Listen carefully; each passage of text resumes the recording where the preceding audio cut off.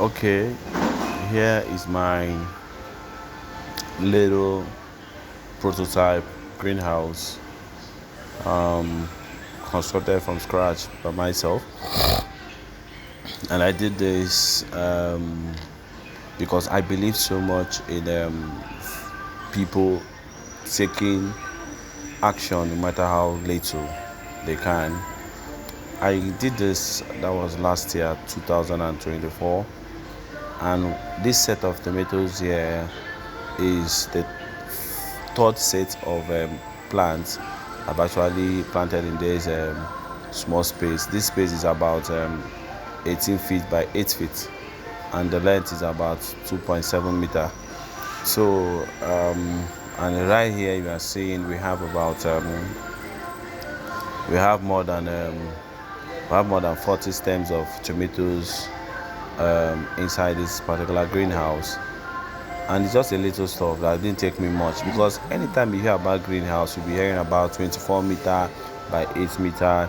So if you want to do that, you start considering thinking about space, where you can get such space. 24 meter by 8 meter is almost like almost like half plot of land. And you just consider space. You start thinking of where you can raise money to make something that big, because making something that big could cost you about 5 to 6 million naira. Some persons will even collect as much as 7 to 8 million naira.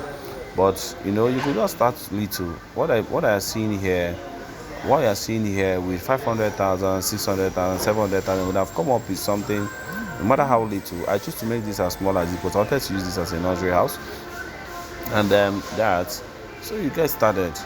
Then you can see this one we have here. This one is the same house. This one I had to do this. I want to use this to be nursing palm trees or palm trees for sale.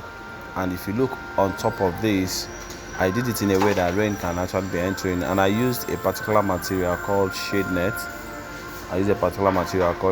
So with this shade net, it can actually allow rain to come in, but it actually shade out some portion of sun that you can be able to make this that to be in a very good atmosphere environment that is okay with it. So here as well, I can as well use this to actually run some, also plant some crops, but we've dedicated here for nursery for palm, and we're hoping to do about 1,500 palm inside this particular place. And I can have fractions of this as much as I want. With very little amount of money, I can start putting up things like this. So we have a lot that can be done in the agricultural space, and we have been thinking on how we can make do with anything available to us. If you look at this particular one you're seeing here, this is a soilless arrangement, and I have a small box you are seeing here. This small box is containing about 32 stems of cucumber.